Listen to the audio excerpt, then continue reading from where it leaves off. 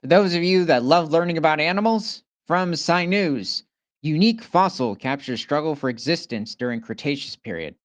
The unusual fossil from around 125 million years ago shows a dramatic moment in time when a species of badger-like carnivorous mammal called Repenomamus robustus attacked the bipedal plant-eating dinosaur Psittacosaurus luontensai. The fossil challenges the view that dinosaurs had few threats from their mammalian contemporaries during the Cretaceous period, when dinosaurs were the dominant animals. And now, from prehistoric to present, my name is Ethan. Welcome to Creature Guide Live Prehistoric News. And let's dive right back into the prehistoric news of the day. So, what's this is taking place in China during the early Cretaceous period.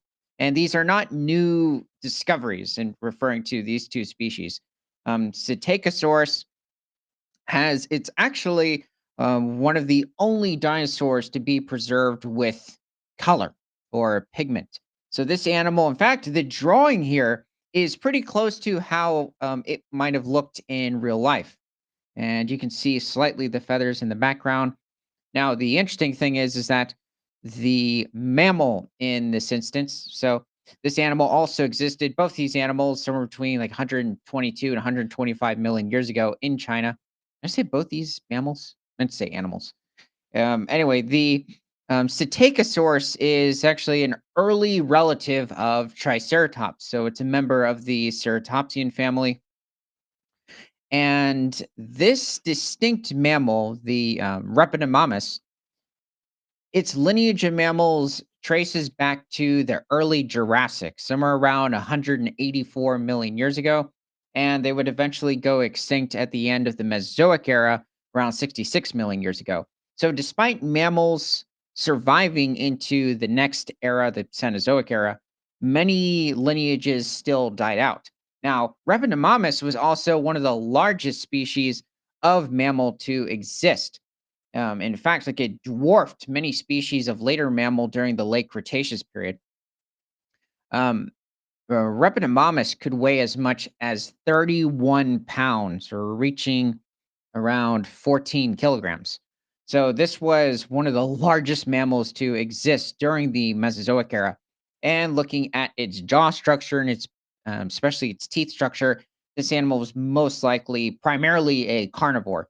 So probably hunting smaller species of ceratopsian, or at least their youngsters, since it's very possible, a couple, let's say there was a pair of ceratopsians and they cared for their young, they might have been quite an adversary for even a full-grown Repenomamus.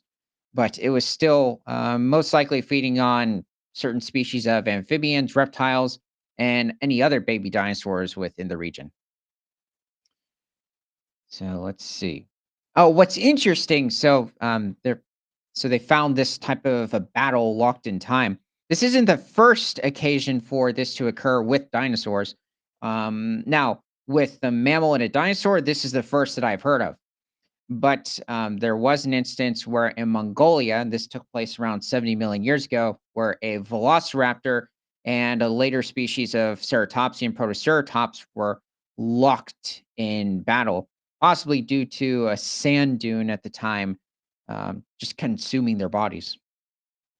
The two animals are locked in mortal combat, intimately intertwined, and it's among the first evidence to show actual predatory behavior by a mammal on a dinosaur.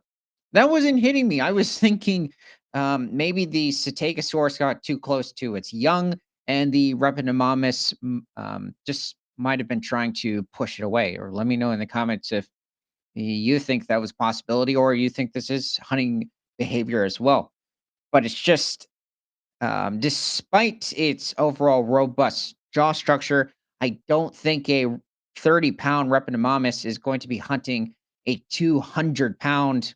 Well, that's a pretty big Stegosaurus. Probably possible, but at least a 130, 140-pound Ceratopsian. Now, there's a wide variety of predators that were much smaller than their prey items, but it's just that, it seems to be a formidable adversary, especially taking it on its own. I would think Psittacosaurus could just crush it, or simply with its beak as well. The 125 million year old fossil was collected in 2012. Oh, wow. That was a long time ago. From the Lower Cretaceous Yixian Formation in Liaoning Province, China. The Rapidomamus robustus specimen is almost complete, bar the tip of its tail, and measures 46.7 centimeters in length. So, wow, that is a long mammal. Rapidomamus could reach to around 3 feet or possibly, yeah, close to a meter in length. The complete skeleton of Psittacosaurus lutetiensi measures 119.6 centimeters in length.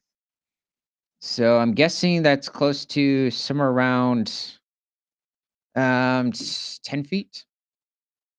The dinosaur is lying prone on its front with its hind limbs folded on either side of its body and its neck and tail curled to the left.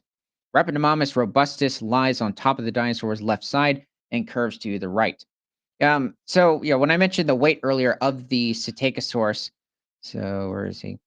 Um, it's yeah, he could have reached over 200 pounds. There were different species of Psittacosauridae, which is a family of early ceratopsian dinosaurs, many of which did not reach anywhere near the size of the later lineages of like the Chasmosaur and the Centrosaur ceratopsians. Let's see. So, wow, this is that's amazing. That's literally as great, if not better, than the Protoceratops and Velociraptor incident. Wow, it's literally gripping onto. Jeez. Okay, maybe this mammal was just hungry. Sheesh. The mammal's left paw is gripping the lower jaw of the dinosaur, which has been slightly displaced forward. Its left hind leg is trapped under the dinosaur's folded left leg, with its hind paw gripping the left shin. Teeth of Repenomamus robustus were embedded in the dinosaur's rib cage when the animals died. Both animals are thought to have been subadult individuals. So I wonder if biting the Psittacosaurus from the Repenomamus was due to whatever covered them at that moment, and his mouth just happened to be open in that direct place. Um, hmm, that's a big mystery. See, the teeth of Repenomamus robustus were embedded. Oh, okay. So both animals are thought to have been subadult individuals. Jeez. Okay, so they could have become even larger.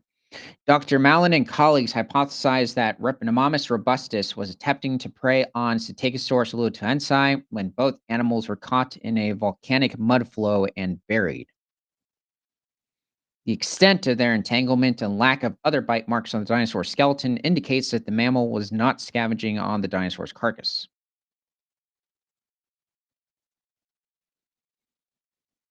Oh, so let's take a look at some other animals that existed a bit later in time, but are related to the Cetacosaurus.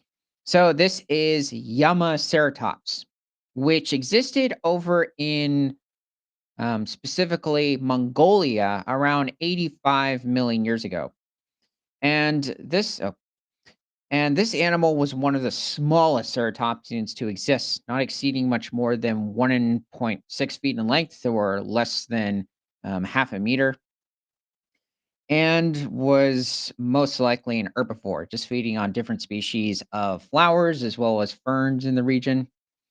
And also, when it comes to other species of smaller ceratopsians, in Mongolia, they might have been surrounded by different species of the Kynothid oviraptors, as well as the Neornithischian herbivores, so relatives of the iguanodontids.